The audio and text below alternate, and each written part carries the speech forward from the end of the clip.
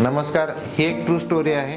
मी 2012-13 साली मी बाहेर होम व्हिजिटला जात होतो ॲज अ सायकॅट्रिस्ट म्हणून। जेव्हा कोणी बोलवलं असेल घरी, बघा पेशंट कोऑपरेटिव्ह नसतील तर मी मिरज तालुक्यामध्ये घरी गेलो होते। एका शिक्षक होते, त्यांचा मुलगा होता। त्यांनी सांगितलं हा एमटेकला दुसऱ्या वर्षी आहे, गेट पास करून एमटेकची एक्झाम दिला। सेकंड इयरला असताना तो घरी आला। 9 महिने झालं तो घरी आहे, थेसिस पूर्ण करण्यासाठी आला। सांगितलं त्याने की एका खोलीमध्येच तो बसलेला आहे, बाहेर तो पडत नाही, अंघोळ अजिबात करत नाही।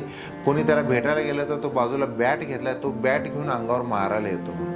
त्याने हेही सांगितलं की तो तिथंच जेवण मागवतो, ताट तिथंच त्याला दिलं जातं, तिथंच हातपाय धुतो, तिथंच बसून राहतो।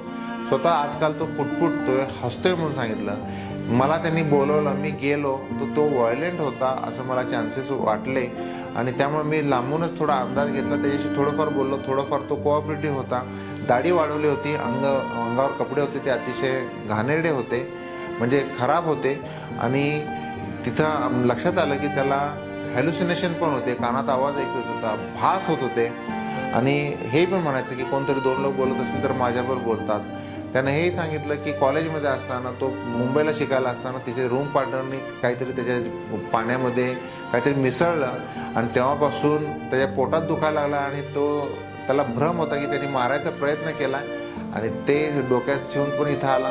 त्यानं मध्ये हेही सांगितलं की त्याच्या टीचर्सना पण ते बघत नव्हतं। मी डायग्नोसिस केलं की स्किझोफ्रेनियासारखी लक्षणं होती, संशय आणि भास भ्रम होते। तर ट्रीटमेंट सुरू केली, येत नव्हता। टीम पाठवली हॉस्पिटलची, त्याला जबरदस्तीने ॲडमिट केलं। ड्रग्स थेरपी आणि ECT ट्रीटमेंटनं तो आता इम्प्रूव्हमेंट झालेली आहे।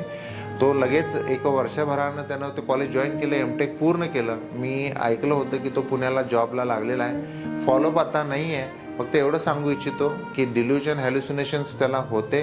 विद्यार्थी होता, कॉलेजमध्ये जाण्याचं बंद केलं, पॅथॉलॉजी होती।